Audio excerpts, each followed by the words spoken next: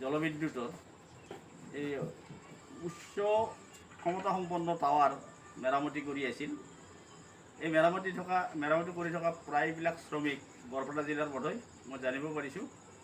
তো আজি সন্ধিয়া এই টাৱাৰৰ তাঁৰ খুলি থকা অৱস্থাত 3জন শ্ৰমিক এই টাৱাৰৰ ওপৰৰ পৰা পৰি যায় আৰু পৰি সিহঁতে বেয়াকৈ তাৰমানে আঘাত পায় আৰু অচেতন হৈ পৰে।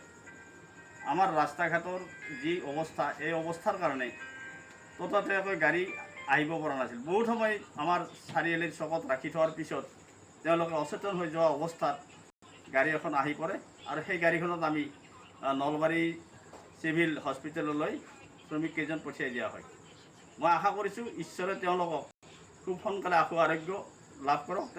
তেওঁলোকক ঈশ্বৰে খুব সোনকালে তেওঁলোকৰ যি দুৰ্বল অৱস্থা, তেওঁলোকৰ যি শাৰীৰিক দুৰ্বলতা, সেইটো সুচাৰুৰূপে সুস্থ কৰি পেলাই তেওঁলোকে পুনৰ যেন আমাৰ এই সমাজৰ কাম কৰাৰ ক্ষেত্ৰত তেওঁলোকে শ্ৰমিক হিচাপে লিপ্ত হৈ থাকিব পাৰে, এইটোৱে মই ভগৱানৰ ওচৰত কামনা কৰিছোঁ। প্ৰায় শ্ৰমিক 8-10জনে কাম কৰিছিল, কিন্তু 3জন শ্ৰমিক তাৰ পৰা সম্পূৰ্ণভাৱে পিছলি পৰি মাটিত পৰে, ভূপতিত হয় আৰু এই 3জনে সম্পূৰ্ণভাৱে অচেতন হৈ পৰে আৰু এজনৰ জখম হোৱা বুলি মই শুনিছোঁ।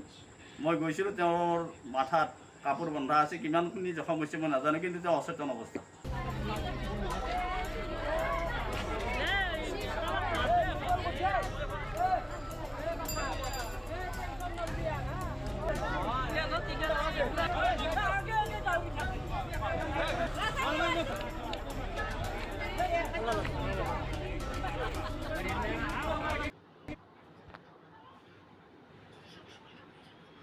আমাদের ভিডিও ভালো লাগলে লাইক এবং শেয়ার করুন।